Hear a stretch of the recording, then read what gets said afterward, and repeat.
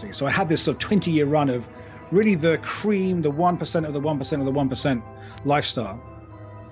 And I sort of got to the end of my 20s and had a kind of meltdown because I realized that I'd become so highly tuned to what I would now call productivity, super productive. But what I'd lost was a deeper understanding of what it is to be a human being. And I realized I had to go back to remedial school, if you like, to learn about that part of the human experience, which I would now call wisdom or consciousness or whatever you want to call it. I call it spirituality with little scare quotes because I don't even know what that word means. I know it scares me as much as other people to even use that word. But most of the people I've spent time with, let's call them business leaders, let's call them scientists, let's call them technologists, let's call them media folk. The majority of them have been fiercely atheistic and actually believe that if you're anything other than that, you're a nutter and just stupid, actually, probably more than anything.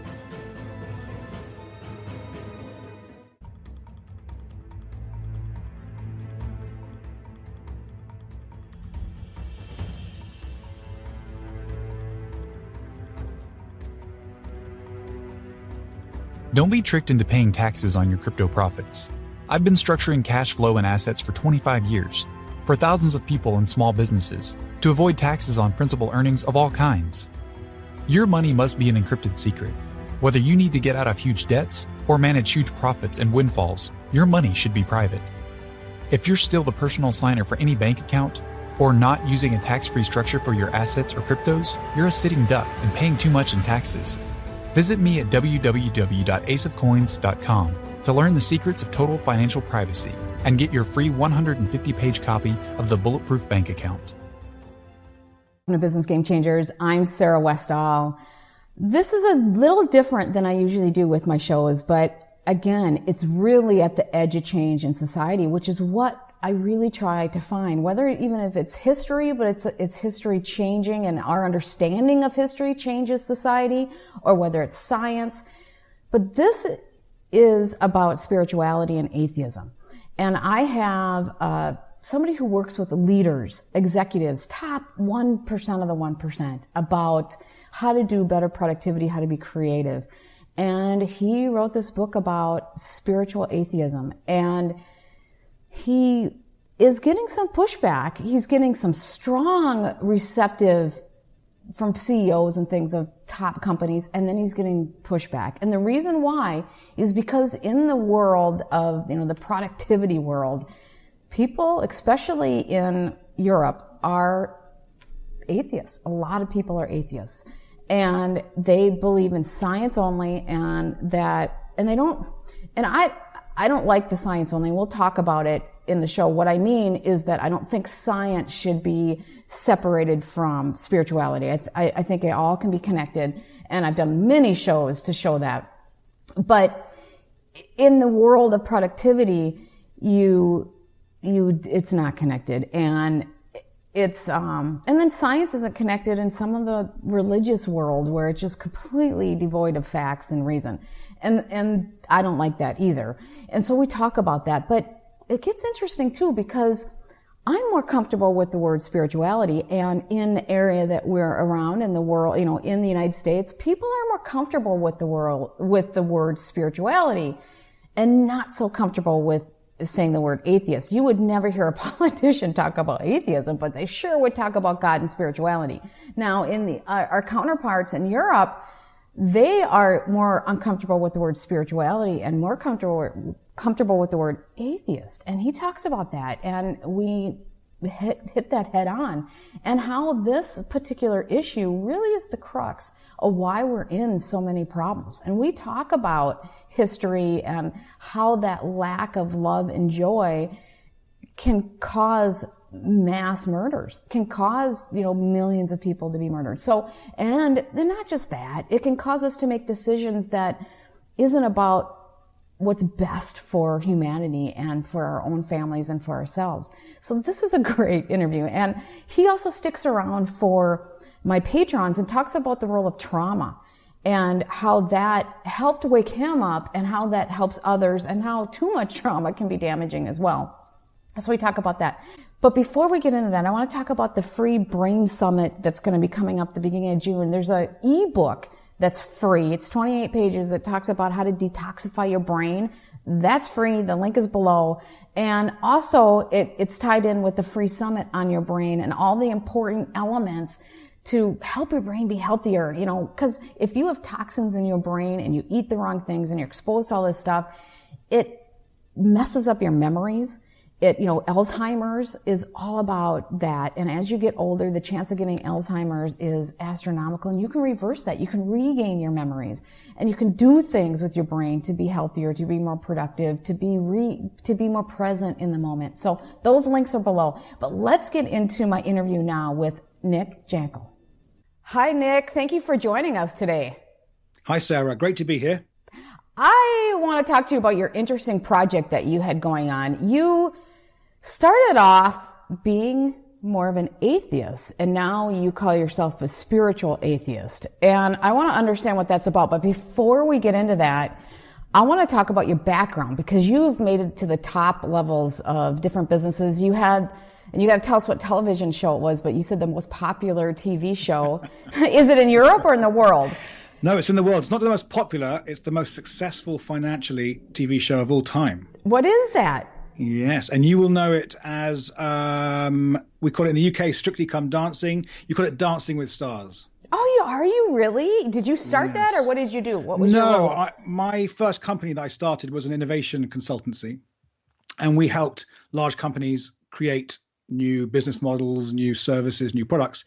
And the BBC called us up and said, can you use innovation thinking to create TV shows? It was the first time they'd ever thought about that question. And so we worked with them for a while, trying to understand what would make a blockbuster Saturday night experience. And then based upon our insights, they went ahead and developed that show and all the specifics of it. So it was a very interesting process to use the rigor of strategic innovation in a world that's based around sort of individual genius going, I've got a big idea. And we were obviously much more structured and systematic than that. Well, the interesting thing about that show is that it attracts people that you wouldn't think it would attract. Like my husband will watch it all the time. And then we have a friend of ours that comes over. He's an older gentleman, and he was always in the sports and stuff, but he loves the show. So you're really attracting people of all different types with that show, which is kind of breakthrough. It was. I mean, at the time, it was a big deal. And interestingly, the bit that sort of unlocked the idea, at least from my perspective, was trying to understand what do people want on a Saturday night without having to go out on a Saturday night, which is the great question that inspired the specifics of the show. And if you can crack those kind of insights into people, they open up billion-dollar businesses, and that's how innovation really works. It's through deep empathy into what a lot of people value, deep sort of understanding of archetypes and of what switches people on ultimately. And then I have developed that kind of thinking, but now flipped it back into how do you use that kind of thinking to change people, including leaders and political leaders and business leaders. But always the core of it is, what is the human insight at the heart of this X project, business, service?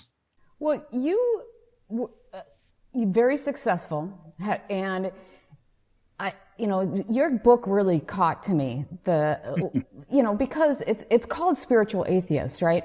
But yeah. The interesting thing about it is you're talking about, and all of us experience this. You come out of college, you're smart, so you're successful, but all these basic questions, like you have some questions. Do you immunize your kids with a vaccine that parents personally believe brain damaged their child? Do you take that risk and go away from the mainstream? And there's a lot of questions like that. I'm not looking at the camera now, but do you stick with an okay relationship or risk everything for a deeper intimacy and true love? Basically, your college experience brings you through being successful and stuff, but it doesn't help you answer questions of life. Right. And that's really what the core insight I had about, 12, 13 years ago is I'd been put through this super elite education, So private school in Britain, Cambridge University to study science and philosophy, straight into a big top 10 ad agency, and then set up my own innovation and strategy consultancy. So I had this sort of 20-year run of really the cream, the 1% of the 1% of the 1% lifestyle. And I sort of got to the end of my 20s and had a kind of meltdown because I realized that I'd become so highly tuned to what I would now call productivity, super productive. I often joke, the reason I can write a book and run a business and do a podcast is because I can be super productive when I apply myself. And I've been taught how to do that. That was an absolute training. But what I'd lost was a deeper understanding of what it is to be a human being, and particularly what I would now call presence, how to be present to myself, to the world, to nature, to others, to my children, to my girlfriends, now my wife. And I realized I had to go back to remedial school, if you like, to learn about that part of the human experience, which I would now call wisdom or consciousness or whatever you want to call it. I call it spirituality in little scare quotes because I don't even know what that word means. I know it scares me as much as other people to even use that word.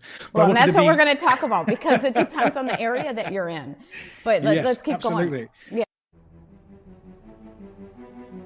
With the world being so crazy, I have two great gift ideas to help you and your family stay safe. First, the Shockwave Torch. This tiny tool drops a 260-pound thug in 2 seconds. It packs so much power in such a small package, it's scary. Thank God it's got a safety on it. If you want to stay safe in a dangerous world, I promise the Shockwave Torch will help. Next, I want to show you the Light Defender Tactical Laser. It's a palm-sized device that drops attackers by shooting off electromagnetic radiation. It is legal in most of the U.S., but it has been banned inside 4 different states, and countries across the world have been banning it left and right. This might have something to do with the fact the military uses these devices in Afghanistan, Iraq, and other hostile zones to drop terrorists in their tracks. The U.S. Navy calls it the best emergency rescuing device, and it's so powerful it will even start fires with no matches or fuel required. Click the links below to learn more about the Shockwave Torch and the Light Defender Tactical Laser Tool. There would be great gifts for your loved ones and family to keep them safe in this crazy world. So I use that word specifically to sort of get a bit of a reaction, but I don't mean necessarily patchouli, and sagebrush and a tie-dye.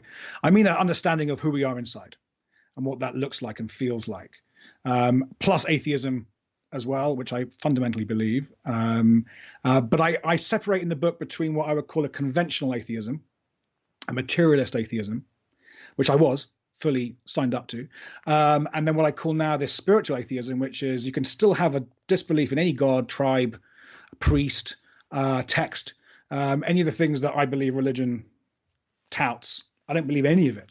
But I've also realized to my detriment and my cost that unless you understand what we quote your spiritual side, your inner life, your interiority, your subjective experience, not only can you not thrive yourself because you're missing out on half of your experience, but most of my work is with leaders. You can't master leadership until you master your own experience, your own emotions, your own states of mood and habit. So you're only operating with half of the reality. So you get very good managers who are dealing with productivity and gains and that stuff. And you actually get very, very few really good leaders. Well, you can be a productive asshole, right?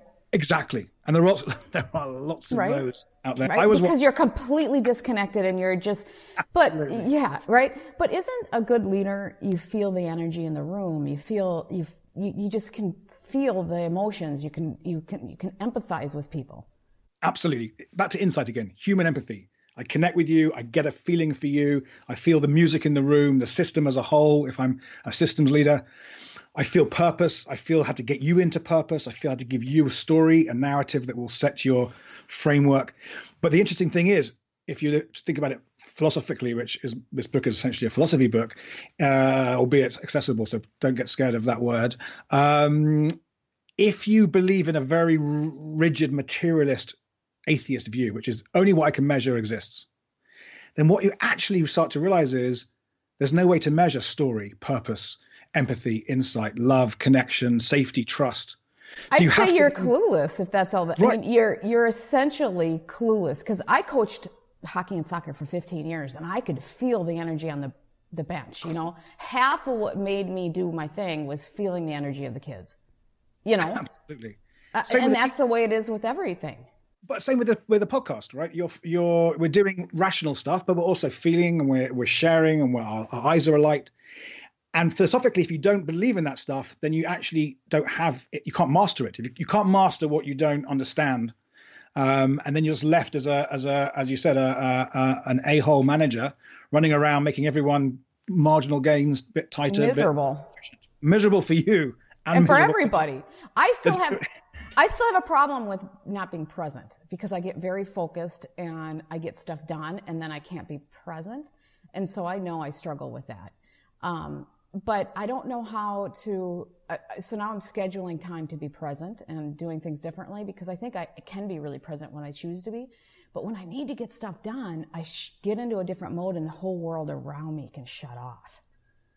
Well, in the book, I separate between these two modes of human existence, which ironically are rooted in materialist science, the latest neurobiology, but they're also inspired by some deep wisdom traditions, so Taoism.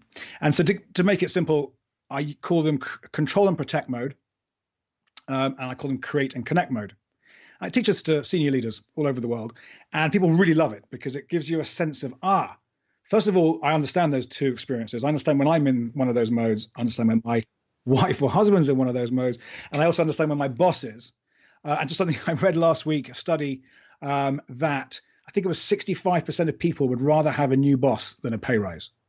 So that's quite a sense of how poor management and leadership is out there. Anyway, these two modes, and control and protect mode is an amazing thing at strategizing, focus, getting stuff done, cracking through, best practice, rules, applying my ninjutsu to a problem. And then we have this other mode, which creates a more divergent, connected, empathic experience. And both modes are brilliant. There's no one's better than the other. They're both, I believe, evolutionarily developed to, one, get stuff done, or two, think of a new curiosity and follow it, and maybe invent a new way of bringing down a woolly mammoth. So we need both of those. But in the last 200 years of industrial age school and industrial age business, we've all been incentivized to use one of those, which is the get stuff done mode. And most of us have lost that capacity to wonder, to be present, to be curious. The brain network associated with this create and connect mode is called by scientists often the daydreaming network, as in it's divergent. It goes off in its own little sort of wonder.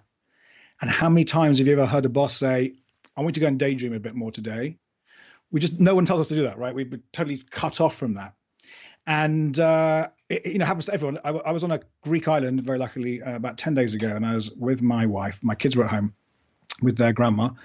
And I had this full realization that even I, who teach people to be present, to listen, to empathize, to connect, have been so geared towards productivity myself that even when I'm trying to be present with my kids, I'm also trying to build something with them, or you make it productive. Like, I don't just want to be with you. I'm also let's do one of the things we said we were going to do. So it's always that kind of desire to control and protect. Yeah. I'm going to meditate really productively right now. Well, and my kids, now that they're older, one's a senior in high school and one's a senior in college, now they can give us feedback on how, while we're really great and insightful parents, we're hard. You know what I mean? We're hard parents. We're hard on them. And it's because we tend to be that way. And I'm getting a lot better now.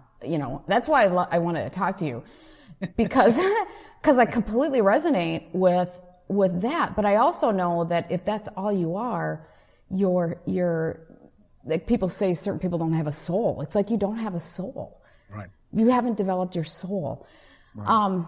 And that's the key. But, I want to talk about the difference because you were much more comfortable saying the word atheist versus spirituality. And absolutely. I would be the opposite. And I think in our area, I would be much more comfortable saying, the spirituality part of it than talking about being an atheist, because in a lot of worlds, that's why it's so interesting to talk to you and give people insight that there are areas and people that you're around that just, it's common notion of being an atheist. And it doesn't mean you're a bad person. It means that that's the culture and you need to relearn how to connect to the spiritual side. But in a lot of circles, if you say you're an atheist, it almost means you're evil because you don't have that soul. Yes. Because you can't have, And so, and maybe it's a teaching moment, but, and I know, and now hearing from you, if you just talk about spirit, then people think you're in la la land and you're clueless. Right. And bringing those camps together of we're more than that. And that's why I love your book, because you can bridge maybe between two clueless camps, of understanding why people are in these different places. That's the upside. The upside is I hoped I can bridge. The downside is I fall between the two camps, and the atheists go, "Oh, you're a woo-woo new ager trying to get me in your crazy cult," and the new agers go, "Oh, you don't get it. You don't get the great being ... whatever it is that particular camp." They both think you're clueless, right? It is what it is. But the science is starting to prove, and this is where the atheists can start to get it, is science is starting to prove that there's an energy that's much greater than us. We're starting to understand the nanotechnology, that we're connected at a nano level, what plasma energy is, and possibly at the plasma energy level, our souls continue, and that, 75% of the world believes in reincarnation. So what is all that about scientifically? You know what I mean? And that is the bridge, I think, between getting people to understand that there's just so much more to us than, It can be. So I live in Britain, though I used to live in LA, and I will be returning to the US at some point. But most of the people I've spent time with, let's call them business leaders, let's call them scientists, let's call them technologists, let's call them media folk. The majority of them have been fiercely atheistic and actually believe that if you're anything other than that, you're a nutter and just stupid, actually, probably more than anything. And there's a lot of irony and sarcasm about anything beyond what I want to get to. I want to get to beyond the nut materialism. Of that. I think it's slightly different in the US. There's definitely a more natural understanding of something spiritual around people. But I've actually found that although I do bring out science studies in my work, in my teaching, if I'm doing a workshop, whether it's for leaders or for individuals, I will share some pertinent scientific studies. But I'm also very careful to say this doesn't necessarily prove the mystical experience of unity, which is what I believe is the most important insight a human being can have. But it suggests it might well be something to think about, because at some point that mystical experience, an arch atheist will just say, well, it's just a strange brain signal that, a weird neuronal firing. It doesn't mean anything. And in the book, I say very clearly, if that's what you choose, you can't prove that, Mr. Atheist and Mr. Scientist and Mr. Materialist. But if you believe that, that's fine, but that is ideology, just as much as me telling you my experience repeatedly of meditation, of ecstatic dance, of being with my children, made me understand that I am one with everything. And you have to decide which of those ultimately you believe. But it's interesting because if you believe in the precautionary principle, as in believe the one that gives you the better chance of a thriving life. Well, if they're both up for grabs, one makes you feel alone, separate, afraid, atomized, disconnected from everyone in a meaningless universe where there's no purpose and no reason really to be here. One opens up all this sense of purpose, meaning, beauty, connection, love. Exactly. Which one will you rather have? So it's I mean, let's even pretending that it's real is better than, because it's so much better. And so my soul just says, I'd much rather be this way because, that love that I feel for my children, that I can only give them if I'm present. Impossible if you're not. It doesn't exist. It doesn't. You have no soul. Right. Your soul is that present. So now, the whole atheist thing, because when I was in Europe, I talked to some people and they were just talking like atheism is just the way it is. And I was kind of... Exactly. And I was kind of taken aback a little bit because you can't talk like that in the United States. You know, Right. But I'm sure there's a strong undercurrent of that affecting our culture, but yet it's not in the open yet. And for people to understand that this is a cultural shift will give people some insight onto what's going on in the world. And, you know, because it's almost like there's an attack on Christianity and religion at large, and a lot of people won't talk about that. And so why is that happening, you know? And I'm not necessarily, I'm searching for what the reality is. So I know that historical documents and stuff show that there's questions about everything, right? And that we're here, there's quarries that are 100,000 years old with advanced technology. So what the heck is that? You know, there's just, our history is very different than we think.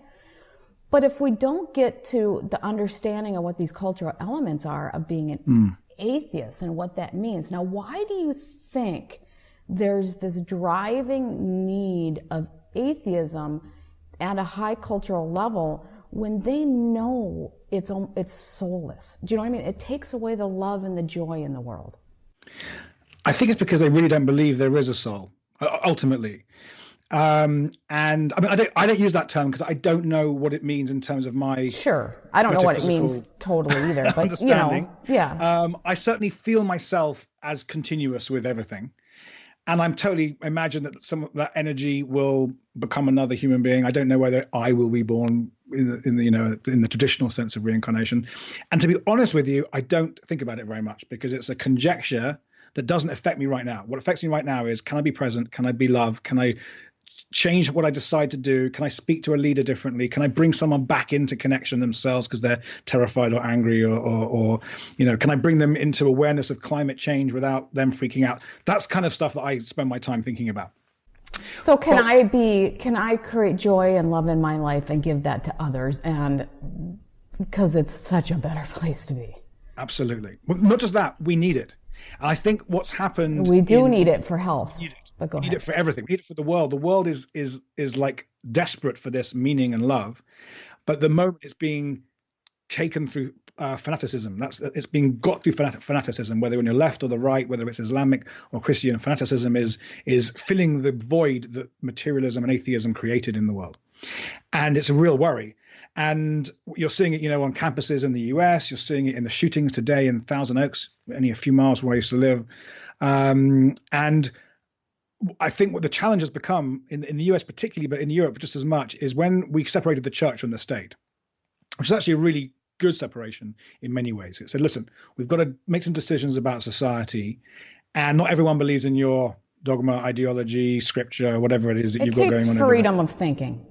It allowed freedom of thinking, freedom of speech. And we don't get a Bloody Mary situation again, where everybody who isn't a Catholic doesn't get killed. So thumbs up to separation of church and state. But because then we took away all what I would call transcendent truth. For me, that means oneness, love, connection. That had to go as well because we didn't have to talk about it because it was part of religion. So it was like, okay, that stuff's gone as well. We now have a political system, an economic system, and civil servants who are, it's illegal to make decisions based upon anything other than evidence, which is science, which is atheism thinking. But they've messed up science, and this is something that I've thought about. They've created science to be a limited set of variables instead of an expanded set of variables, and there is ways to start to measure energy, and so people are fed up with it, being honest. And they're like, we have to start figuring out how we can measure these broader things and get these people to stop being so clueless. Because they're ignoring, they're clueless. They're ignoring obvious data, but just because you can't put it in tangible chunks, you're throwing out everything that isn't convenient. Well, so perfect opening into some of the research in, let's call them uncanny experiences. So some of the things so for me, that's deja vu. Science can't explain it at the moment. The placebo effect, one of the most replicated, huge, scientifically evidence phenomenon, cannot be explained by traditional materialist science. Well, I got to tell you something about placebo effect because it's interesting. There are drugs that work worse than placebo effect, but because it Absolutely. helps 25, the placebo effect might be 35% effective. Exactly. Their drug is 25% effective, and because it's 25% effective, they get to. Right. It's Absolutely. like, well, you're probably damaging people, you idiots. Absolutely. Yes. And so one of the studies that I find fascinating, it was done at Cornell, great college. And it basically says that there was more than chance that people have a sort of precognition, a sense that you can tell something before it happens. And there are now lots and lots of different studies of all over the human experience. So near-death experiences, a whole bunch of things that many of us have experienced. Intuition, just intuition itself. Well, there used to be a lot more study of that, and then they squashed it got killed off. Yes, exactly. Yes. But it's coming back, including psychedelic research, all these different researchers. Yep. And these days, a scientist has to make a decision, and it's really a big thing. People aren't talking about it enough. You either act like a real scientist, which is to be permanently open to everything and curious and ready to experiment with everything, and remain a scientist, but you have to then explore these phenomena because they're really important. You can't shut that off if you're a real scientist. Or you can remain stuck to the current scientific dogma, discount these all as rubbish and nonsense and whatever, but then you're no longer really a scientist from the original sense of Francis Bacon and Galileo saying we should explore everything openly. Now you're just following another religion of BS. Exactly. It's a religion. It's a religion. Yes. And you're stuck in this, oh my God, I'm afraid what people are going to think of me.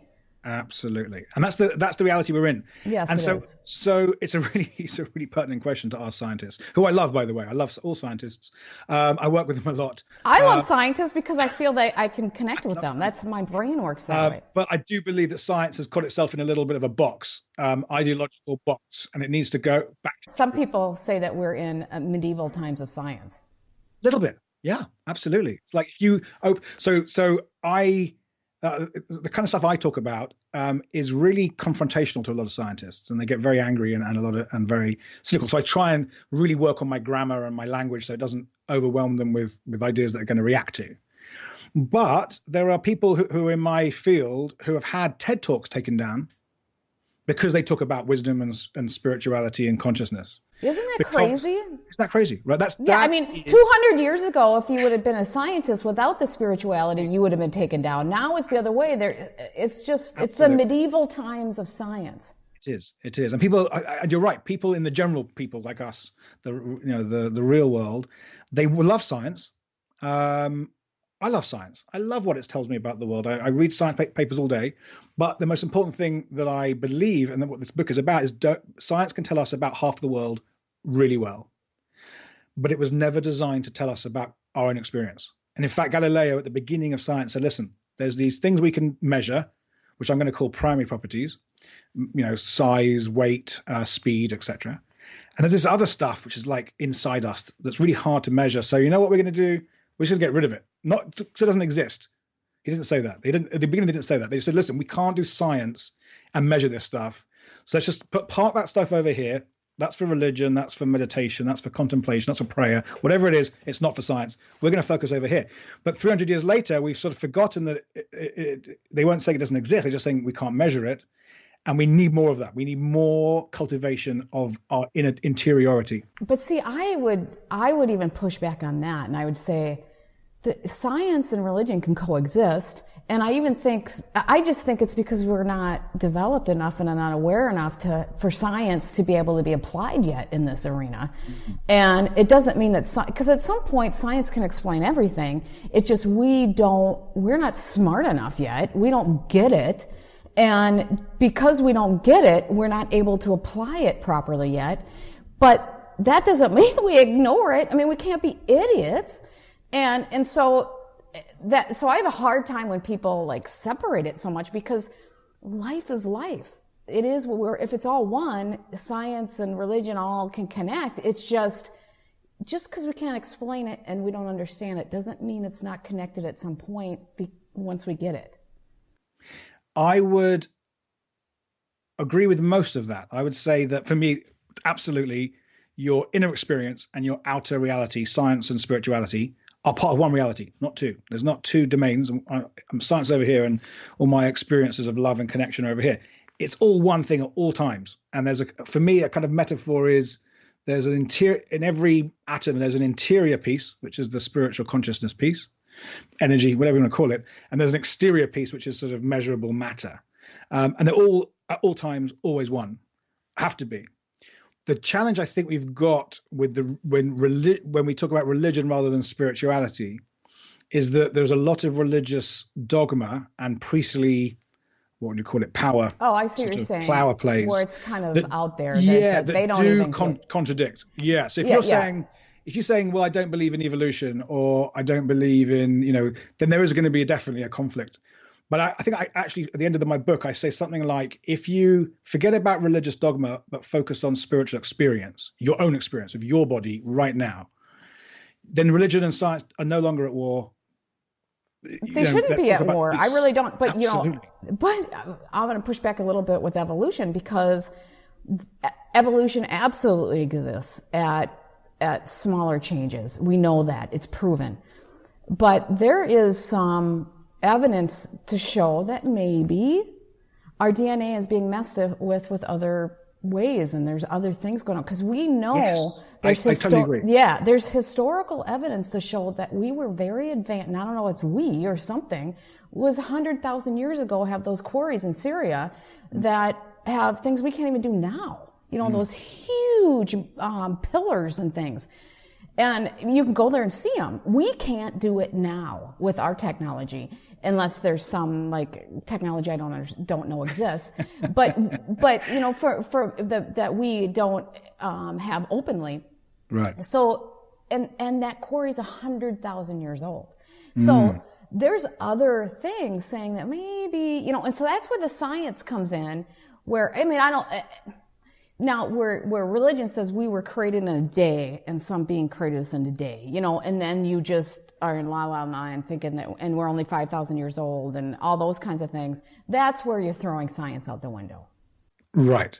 But I really, it's very interesting to bring up evolution, because I have a book that I can't write yet because I don't have the thoughts, but I know I want to, because I think, again, evolution understands what happens in material change pretty well in terms of biological species. But there's two things I think are really unexplained in evolution. One is the big leaps you're talking about. So Darwin talks about gradual, very tiny gradual change, and you can see that happening. Yeah, absolutely proven. Yeah, we can actually watch it happening in moths and whatever. Yep. But it doesn't account for big breakthroughs. That's the first issue. And there isn't enough time for some of the breakthroughs that happen with human beings. Yes. Not from randomness. No, so I believe that if this is my own now thinking through this, if I believe that matter and consciousness are always connected, always one, consciousness is not more important, matter's not more important, they're just part of the same equation, they're always there, then it's entirely plausible that consciousness, which is always connected, influences how evolution works. And so rather than just random mutations, you're also getting some kind of informativeness occurring, which is creating more complexity and more intelligence long term. Now, that's nothing, we're not God, that's not design. It's just how the system seems to work. It could be. We're in a runaway system, and but the consciousness, but that is all connected. Absolutely. But I've talked to science. I have such an amazing group of people that I've interviewed, and I have a scientist that I can't escape, his name escapes me right now. He's brilliant. Max and Phil brought him on. I love Max and Phil. Everybody watches my show gets to have them on. Max Champion, Phil Catalino, and Phil's more like a wizard character. They're great. But anyways, their friend came on, and he's brilliant. He might be the most brilliant scientist I've ever met. And the fact that his name escapes me, I'm so sorry, because I should remember you because you're like Einstein. He had created a code for bridging biological science and physics at the very basic level of everything. And he has the code. He's created this whole code for it. That's the future of where we're going, of starting to understand everything and how it all works together. And this guy's absolutely brilliant. And, and then I've had other people talking about the electric universe and how our bodies work, and we just don't get it, and we don't get it. Our doctors don't get it. Eastern medicine was much more evolved in that way, and they're much healthier. And, Western medicine has a place and it's done a lot of good things, but we need to evolve and use kind of both of them. Absolutely. And understand what that energy is within us and understand what the science is. What is 5G going to do to us? Because we are electric beings that are going to be zapped with energy. We're clueless. And so if you don't start taking a more broader, holistic approach and think science is only a couple variables and can't look at it holistically, then you're stupid. I'm sorry. To me, I'm like, that's so stupid. And I'm to the point where I'm like, you guys are idiots. And I don't care if you all think that you're the top of your fields and at universities. That's stupid. You got to get your head out of your butt, and so we need to move along. And so that's why I liked your, and you have been not received well lately, because you were always received by the top people in the field. And now people are starting to push back a little bit, because how dare you start talking about how to be present and talk about something that's more holistic and broader minded. So can you talk about that a little bit? What your experience has been? It's funny because on the one hand, the way I've learned how to language this stuff and make it useful is going crazy, great guns. I'm having, CEOs of Fortune 100 companies totally up for conversations that I don't think they would have with a new age, guru. So that's working really well. So I'm really pleased with that. But what has been challenging, and this book is a great example, is that sort of media gatekeepery. I'm talking about the BBC. I'm talking about, the broadsheet newspapers, the people who are really wedded to a really fiercely atheistic viewpoint have found my book extremely challenging, particularly because I'm one of them. I come from that. I'm like, from that world.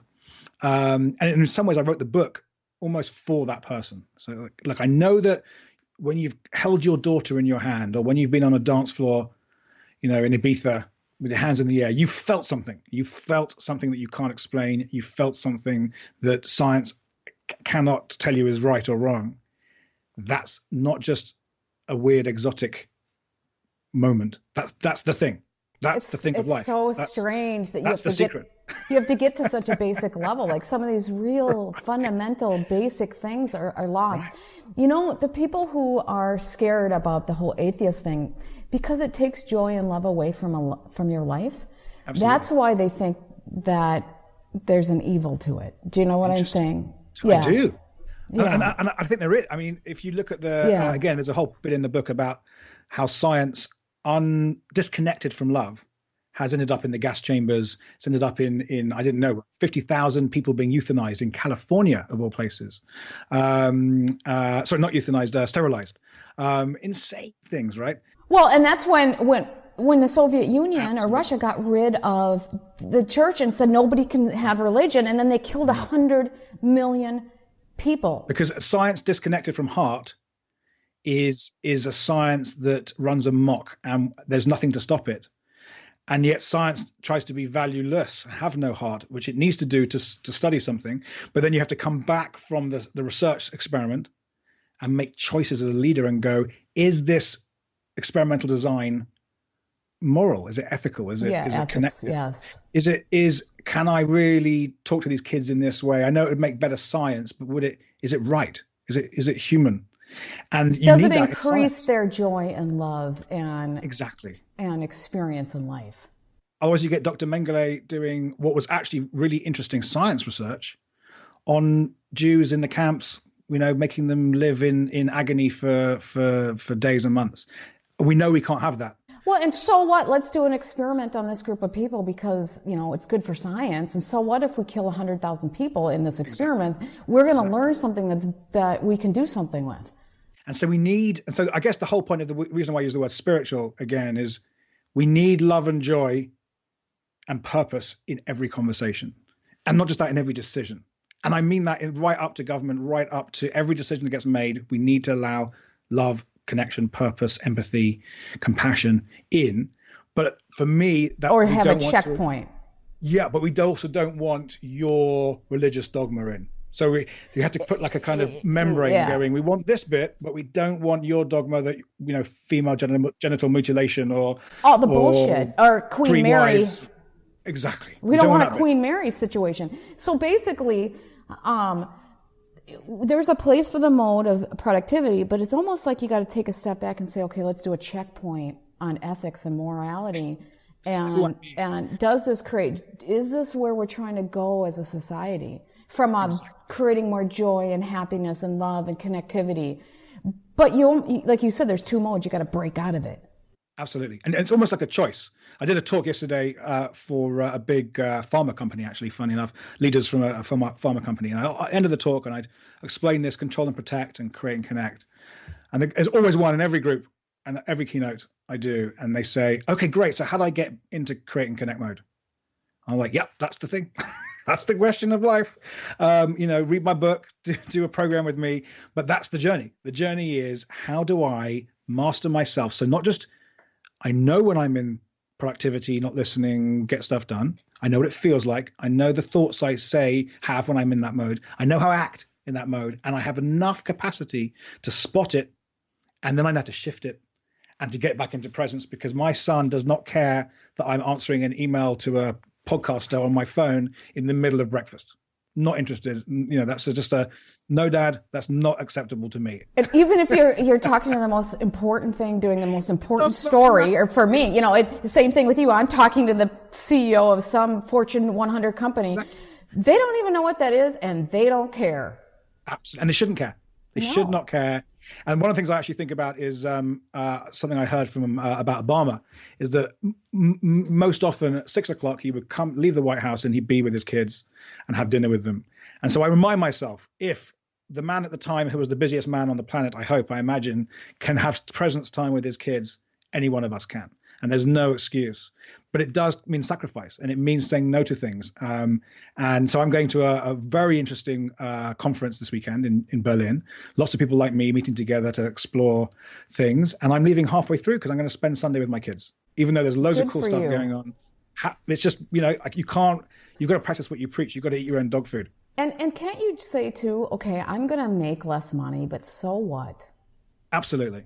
So what? What is that about? Yeah. Yep.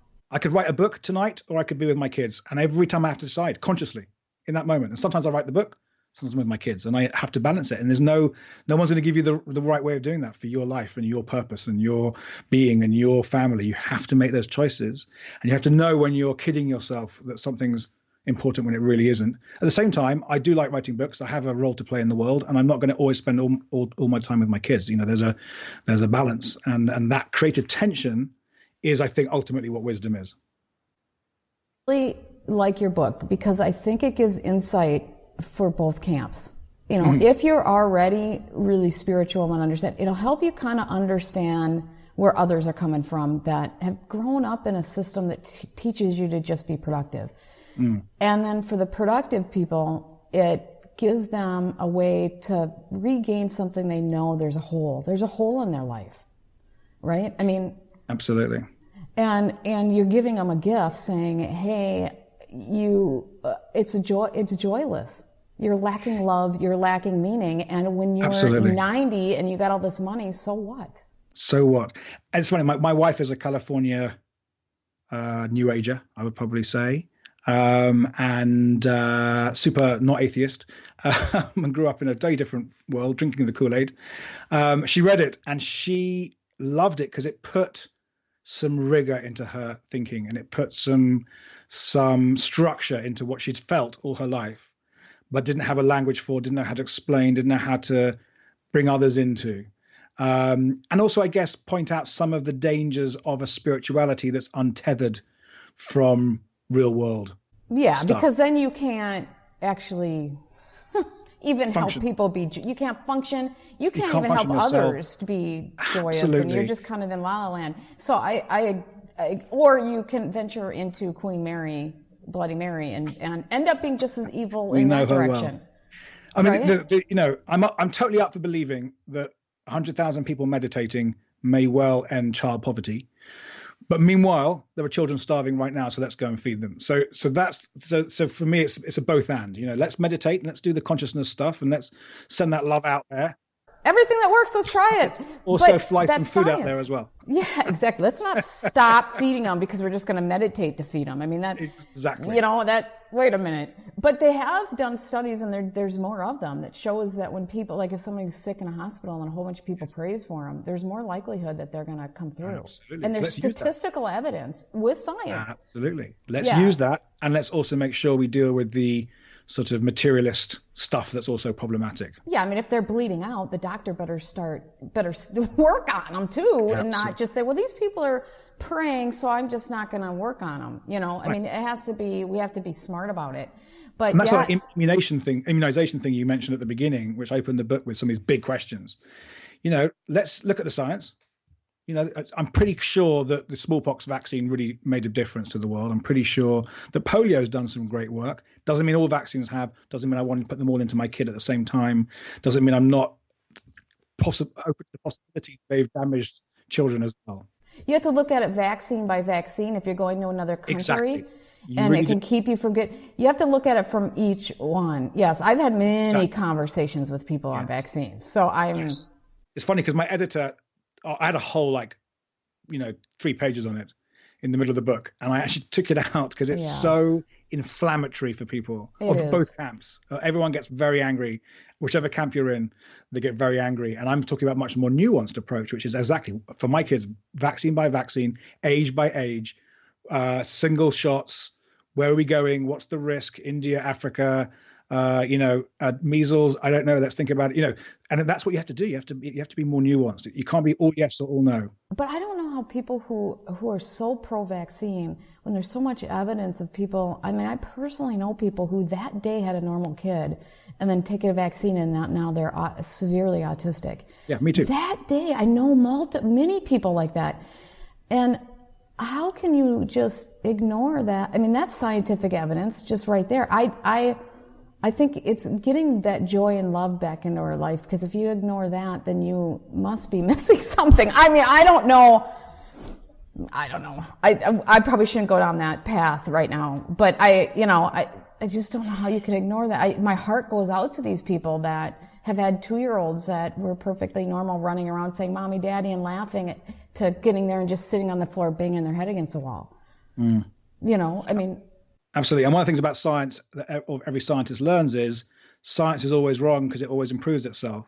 So how can we not know if this particular moment of science is actually in 100 years we'll go, oh my God, can you believe, like thalidomide? I mean, let's be really honest, it was scientific. And then we realized the science was actually inaccurate and there was, real tangible consequences.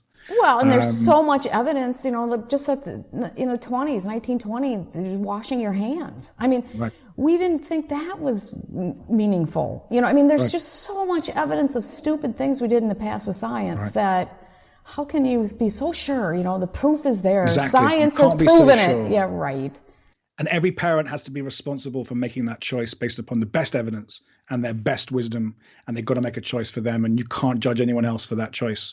They've made the best choice for them. You can encourage them, and you can shift them, you can try and shift their thinking, but we've all got to make that choice for ourselves. And there's no, you can read go and read the research, then go and talk to friends, then think about it and meditate on it, and then make a choice. You have to. That's taking back control of your own life. It is. How can people get your book? The best is easiest is Amazon, or order it at your local bookshop. It's available everywhere, all over the world. Spiritual Atheist, in case you didn't get the title. And very soon we'll have the audio book, which a lot of people have been asking for. So got into production with that. Do you have a website? I do. Everything I do comes ultimately to one website, so it makes life easier.